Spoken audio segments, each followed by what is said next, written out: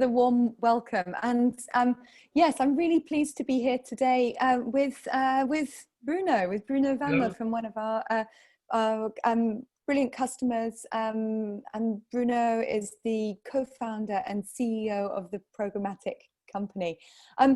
Bruno, why don't we start by just introduce yourself and your role a little bit? Yeah, sure.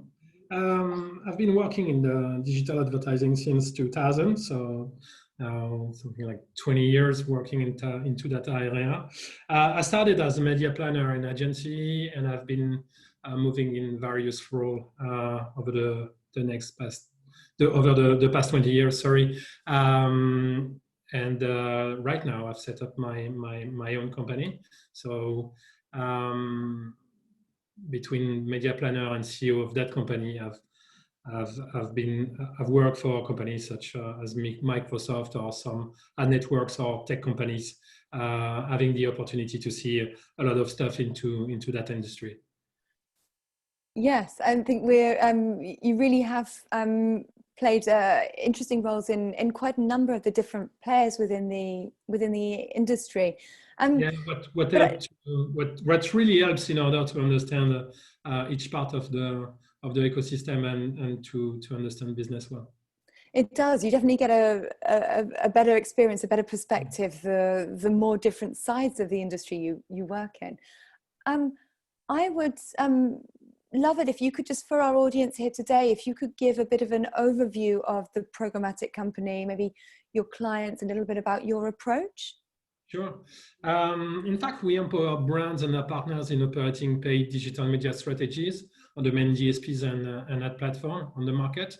As you can imagine, with a name like ours, we have a very large acceptation of programmatic. So for us, it's definitively every piece of media that can be bought through platforms, to make it simple. To do that, we have developed a platform connected to once again, main DSPs and that platform on the market. What helps advertiser to get access to pretty all the audiences that can exist on the market and all the placement that can exist on the market. And on top of that, we have developed a common language that enables a consistent campaigns management and reporting on such various environments. This is definitively what makes the difference on the market. And when you say different environments, you said anything that can be bought through a platform. So I'm assuming this is not just display and video.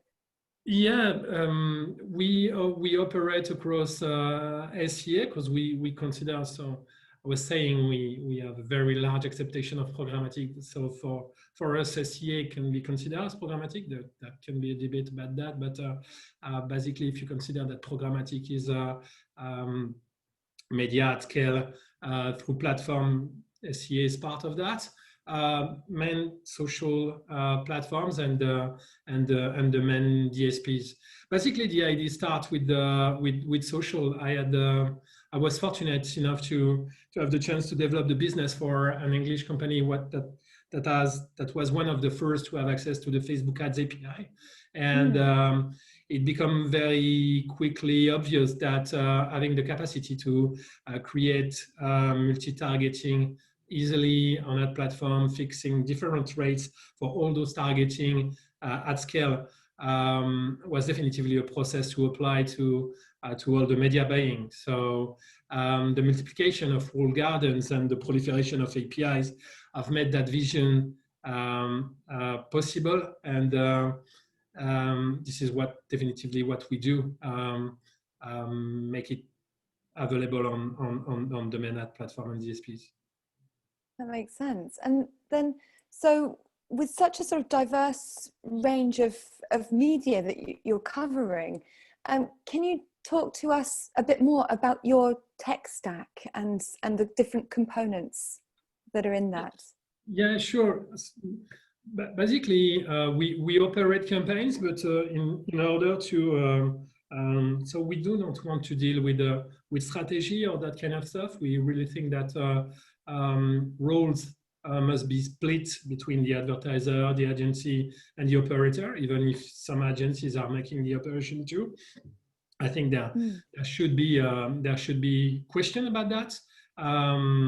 Especially there are a lot of discussion about in-housing. The first step should be to clarify the role of everyone in the workflow, just in order to see exactly who has to do what and how to do that. Because basically, making ad operation always at the same workflow. So at a starting point, we have developed a platform that that helps to manage and operate the workflow of those digital campaigns at every step. So that includes the brief, the media planning, the setup, delivery, and the optimization and the reporting. So this is that platform that give us the opportunity to have to be closer to the advertiser we work for. But so the platform is only the tip of the iceberg. When you develop the platform, you have to consider a lot of stuff that are not always obvious for your client or your partners. But in order to display the right information on your platform, you have to do a lot of work. So what we have done on the tech stack, deals with the two main stuff. The first one is the connection with the API. So we connect directly with the ad platforms and the main DSP through API in order to read and write, and that helps to automate a lot of stuff. And the second big part of the work deals with the data stack and what you do with data. So we have pretty everything into the cloud right now. We are using a mixture of Azure, AWS, and Google Cloud. And into that, what we do is to store, create some jobs in order to get or push data into the platform, and to structure the data in a way that we can present good media planning, visualization, and reporting to our advertisers. On another hand, what is not pure tech, but has a lot of importance as it makes the difference, we have developed a common language that help us to navigate into all the different platforms and help us to be consistent at operation level in order to address the diversity of all the platform and DSPs.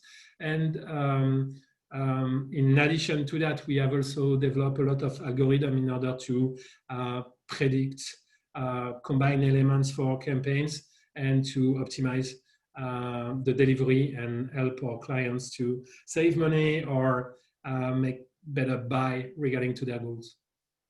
And so that sounds like there's so much that is automated behind the scenes, from the sort of single specific language that you're using across all of the campaigns, but also then that use of APIs that must make for some interesting days for your trading team. Yep, the idea is to be able to automate the basic stuff and have people spend their time on really interesting challenges. And the idea is to definitively be able to apply more quickly a strategy to the execution, as simple as it is. That makes sense. And so we've obviously been partners now for a little while, for a few years, and I'm really keen to just know a bit more from you about why you chose Beeswax, and perhaps you can share a little bit about that A/B testing that was run. Yeah, sure. So basically, as I mentioned, we are working with a lot of ad platform and some DSPs. It is obvious that we work with, as we want to give the opportunity to advertisers to access all the audiences and all the placements. When we want a specific place or a specific targeting, sometimes we have to work with the company who is owner of that. In that case, I'm thinking mostly about the social platforms. If you want to display ads on Facebook, you have to buy through the Facebook ads machine. You can't get it outside of a walled garden. There's no workaround or any other way to make it happen. You have to. So for all the social ad platform, it's a no-brainer. You have to do that. For the search, it's quite the same thing for Google AdWords and for Bing.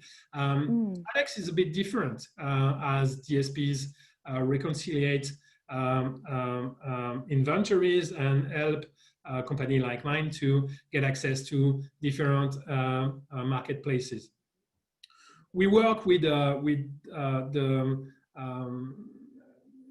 Google and Amazon DSPs mainly just because they have access to specific audience, just because they are Google and Amazon and they have a lot of information regarding to the user that they can reach. So they are part of our stack. But for the rest, and where we have the choice in a way, or we can be agnostic about the audience that we are going to use, just because they are not the property of a specific player. We use Beeswax, and we do that for main reason.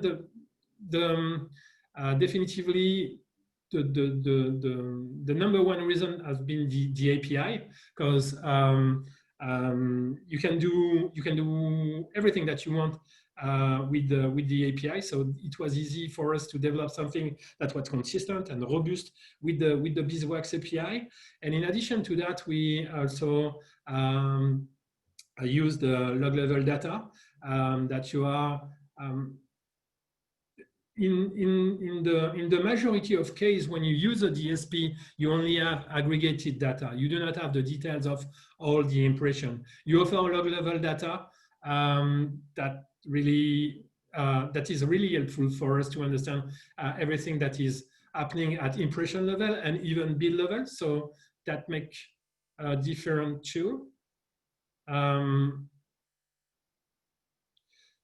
Is there an issue with the screen?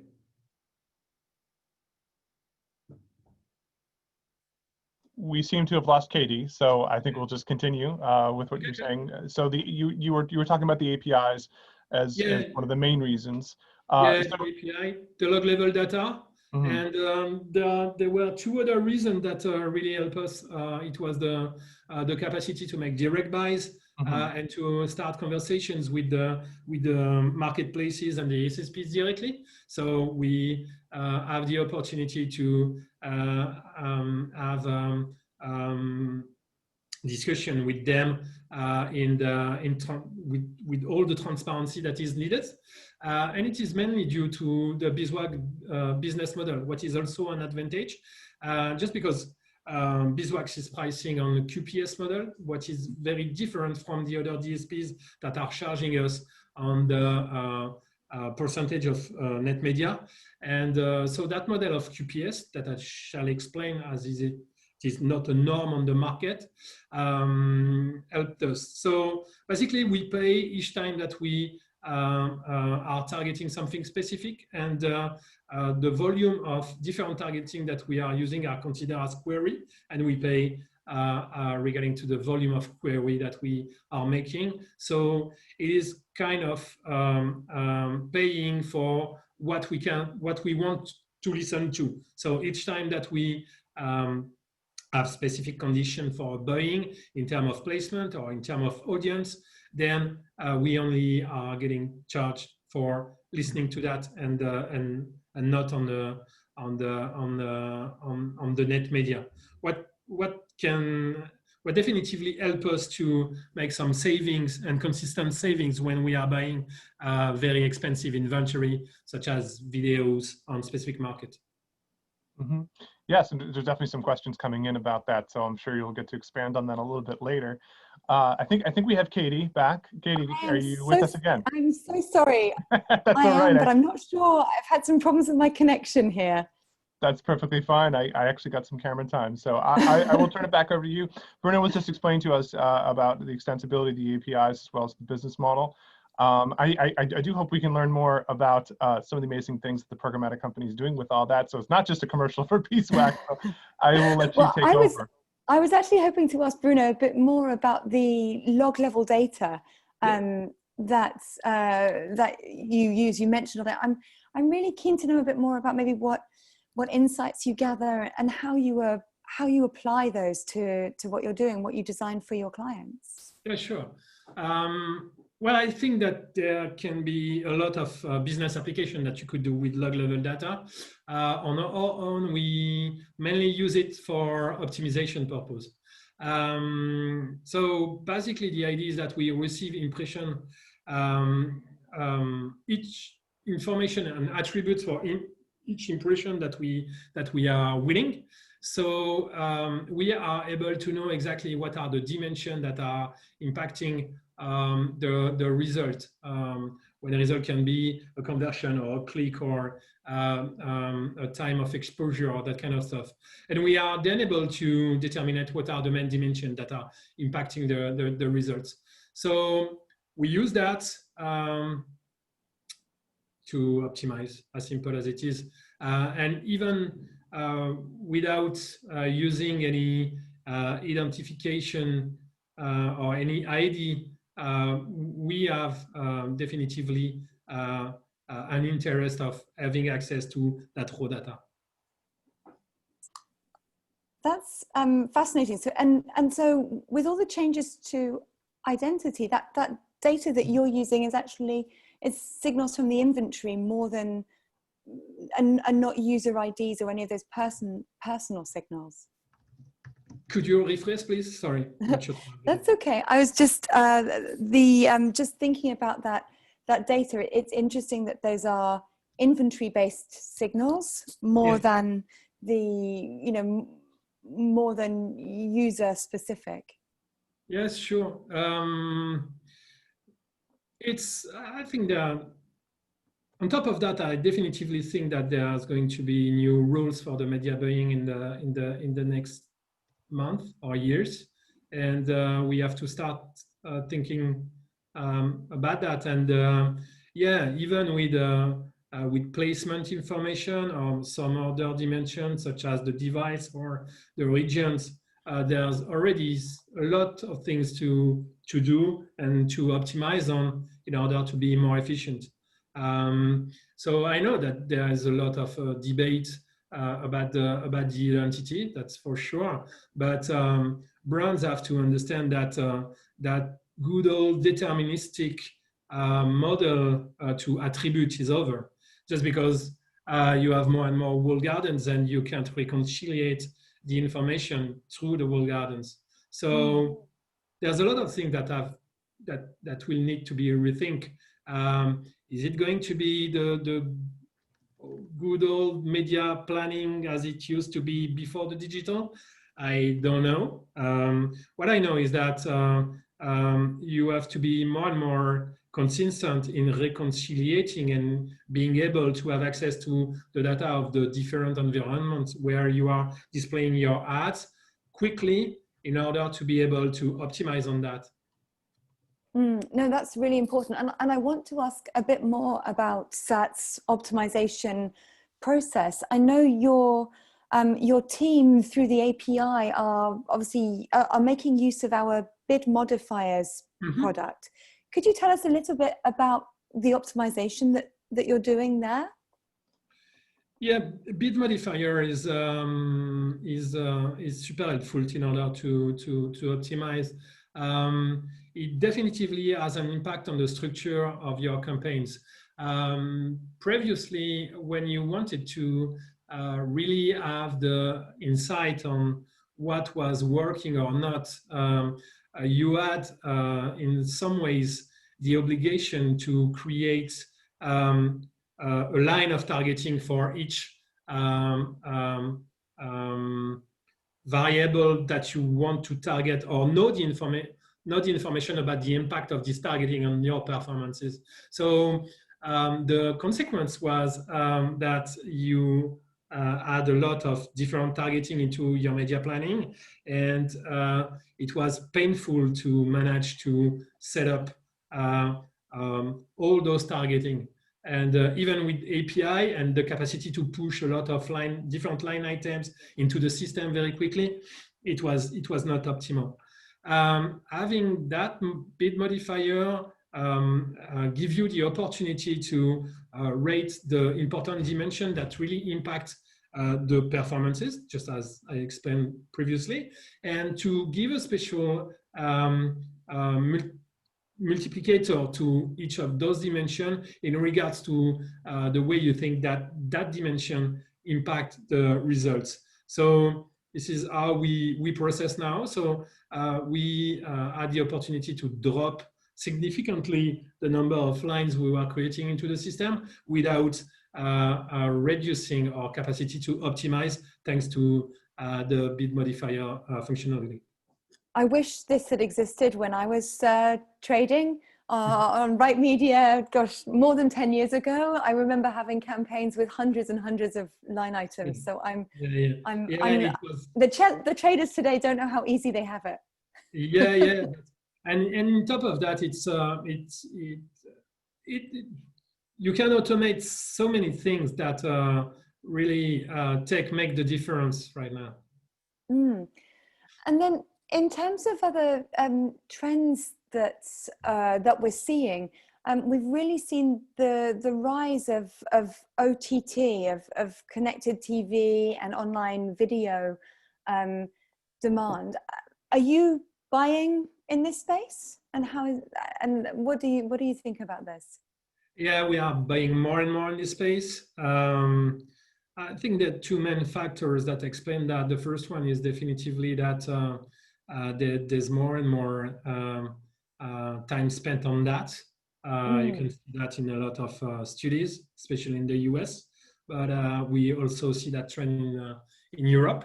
And the second one is that TV buying remains upfront business mainly, and the consequence is that brands have to commit on investment, and in that time of uncertainty, that's not something they like a lot.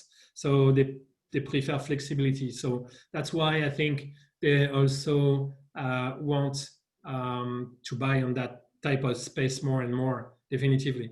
That said, it's a blooming environment, so we have to explain exactly what we are buying, the difference between the device, the different device we can address the advertising on, and we also have to explain a lot and to reinsure the brands into the environment where their ads are going to be displayed, just because it's not as basic as TV, where you just say, I'm going to buy that space at that time. It will be between that show and that show. It's pretty simple. Now we have to reinsure about the type of device where it's going to be displayed and the type of content where it's going to be displayed. So there's a bit of education there, but yeah, definitively a trend that we can see by more and more CTV inventory. Interesting. So the brands can win on having more flexibility, but there is a bit of a time investment upfront to really understand what they're buying. Right, we are going to, I'm going to remind the audience here that they can use the question and answer, the Q&A functionality here to post any questions. But we've talked a little bit about OTT and that direction. I'm really keen to understand more about the future for the Programmatic Company and how you see your business evolving as we move into 2021 and beyond. Yeah, but once again, as I mentioned as an introduction, we have a super large acceptation of programmatic. For us, it is obvious that it's going to be the norm for the next years. We are seeing more and more channels and inventory dropping in what we call programmatic. Excuse me. And yeah, everything, all the bookings are going to be through platform. After that, you can consider that is programmatic or not. I think there will be some degrees of programmatic, if I could say that. But in fact, at least having all your booking into a platform will help you to have a consistent view and a complete view of all your buyings, and maybe to have the data in order to see if there are correlation on your results when you buy something in addition to another stuff. So as once again, there are going to be more and more walled garden, and not only on the digital, I guess that the capacity to have a clear view of everything that is buy at the time and the impact that it can have on the whole mix definitively make the difference. And this is where we want to make the difference, being able to give advertiser a complete view of what they are buying in real time, and the impact of each buy on that. I think it seems like the future is just going to be growing and growing then, even more channels, more optimizations, more automation that can be done. So yeah. Go ahead. No, yeah, the only two channels that are not considered as programmatic today are definitively the press. I don't know what is going to happen on that. It will mainly depend on how it's going to get distributed. And the other one is theaters. I've heard about some initiative for that channel, but I don't know exactly what's about it. It will. So for the video formats in cinemas. Yeah. So it's easy. I guess it would be easy to implement. I guess it would help definitively to have another media buying approach of the theater inventory, because right now it's mainly about the places where you are displayed, but maybe it would be easier to get access to some specific movies into specific places, and then be able to have a better understanding of the audiences that you want to reach when you display your videos into those theaters for a specific movie. Yes, I think that's such an interesting concept, to not only match with the concept, but matching with and the context of the film, but matching with the location and all of those other signals that would come with that. Now we're going to pass into the Q&A phase. Paul. All right. First, a question that is more of a clarification. When you were describing the Beeswax pricing model, somebody asked, are you saying you have variable QPS fees in 10,000 QPS buckets? And to clarify, yes, that is generally how we like to charge. We are flexible. But one of the things that's most important about us is that we have a fair, transparent pricing model, and the way we're architected enables us to do that. More on that if you want to go to our YouTube page and look up a webinar called Why Aren't DSPs More Sassy? Well, that'll explain why. So let's dive into the specific questions for Bruno. Did you build your own algorithms to optimize within these DSPs? So it's not sure to get it. So did you build custom algorithms as part of your strategy in deploying Beeswax or other DSPs? Although I don't think other DSPs allow you to do that. So. Well, there are some functionalities on some other DSPs that can help you to automate things or to put rules live into their system, but it's not purely algorithm. Yeah, we do that because we there are going to be kind of persistent elements in an algorithm, but you have to adapt it to the advertiser business in order that the algorithm become very relevant. So yeah, we tend to do that. Yeah, we like to describe it sometimes as building your own walled garden to a certain extent. or you're in control of it. All right, next question. Have you been able to use the log data to find significant differences between sellers of the same inventory? Oh, that's very interesting. Much more around the supply path optimization and the best routes to buy. There's a study very recently by PricewaterhouseCoopers in the UK, which showed that the fees that SSPs were charging were varying between 6% and 25%. So this can be quite a significant variance. But Bruno, you should speak to what the work you've done in that space. Not a lot, to be honest. So we do not put a lot of effort on this one because we focused on some other areas. No, it was not one of our main topic. All right. I know there are differences, and that it can definitively have an impact on what you buy, but no, I do not have a very strong feedback on this one, to be honest. All right, great. Moving on to the next question. How will identity changes impact programmatic buying? Sorry, how will identity changes impact programmatic buying? Well, the fact that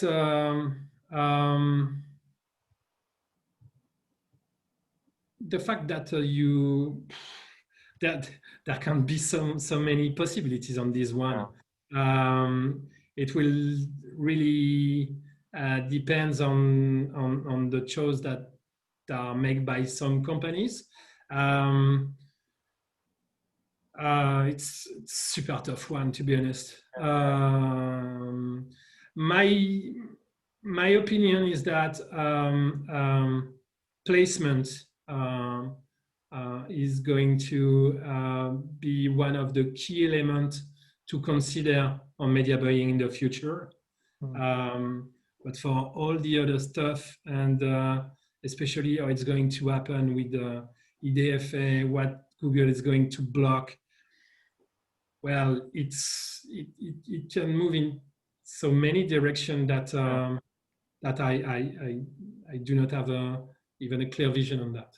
Yeah, so it reminds me of something you said earlier, which is using log level data gives you cues and sometimes context cues that enables you to optimize in a manner that does not require the user ID. Yeah, for sure. Right.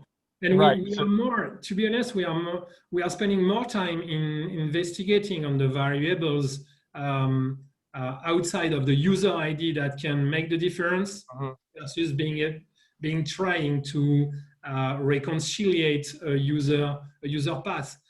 We could have done that with Beeswax very easily. We could have get all the log level data bids and with the user ID and try to map the user ID path. But it's for me, it's so uncertain that I do not want to spend a lot of research and development on this one. That makes sense. We have one last question. Do you buy only private marketplace or do you also buy exchange? What do you mean by exchange? Open market, open I think. Market, yes.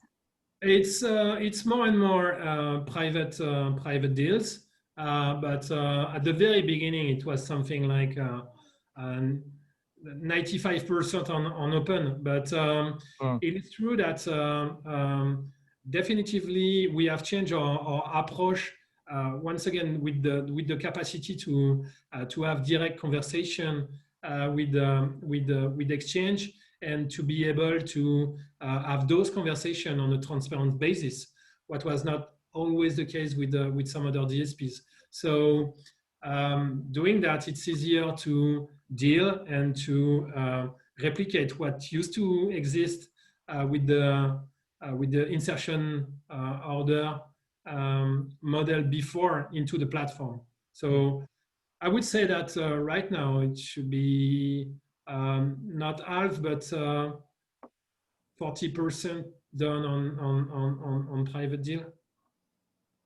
All right. Well, thank you. Those were all the questions we have for you. First of all, also thank you for doing this in English and in French.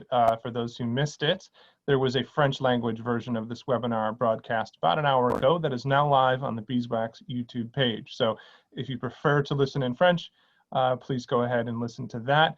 Cadi, thank you for hosting. Sorry for the connection issues. I guess in London from time to time, there is connectivity problems. We've always joked there's supposed to be a delivery coming to Cadi during each of these webinars that never actually winds up happening on camera, but for the first quirk to happen for her internet to get knocked out, that's no fun. So thank you for hosting, and thank you, Bruno, so much for telling the story twice and for telling the Beeswax story as well as the Programmatic Company story. How can people reach you if they'd like to be a customer? Super easy. You can find me on LinkedIn or. Okay. And Paul, we've just had a question in. Finally, just could we share right under the wire. link to our YouTube page? Sure. We do have a YouTube channel where you can find all of those. Yes. Paul, do you want me to type it in now? Do you want to? I'm typing it in right now. Brilliant. There are some fun ones. I highly recommend the how to make the perfect cocktail one that one of our engineers took us through for a Thursday evening, Friday evening session. You have a public holiday in the US. That's right. Next week, so maybe Friday is the one for that. We'll watch that one first, and then get a little bit of a buzz on, no pun intended, and then dig in deep to things like Loglevel data, SPO. This thing in French, we have a lot of content there. Beeswax is a different kind of buying platform. We've kind of reimagined the whole thing, so it does take a little bit of digging to get a full understanding of some of the differentiation. So I do recommend that there. Also, I do believe Bruno's on another webinar of ours during the Summer Ad Tech event, so you can get more of Bruno as well. And so anyway, thank you, everyone. I've just broadcast to all panelists and attendees the link to the YouTube page. Have fun there, leave comments. I think they're turned on. And you can reach us at info@beeswax.com. So thank you so much, and we will see you next time. Thank you, bye.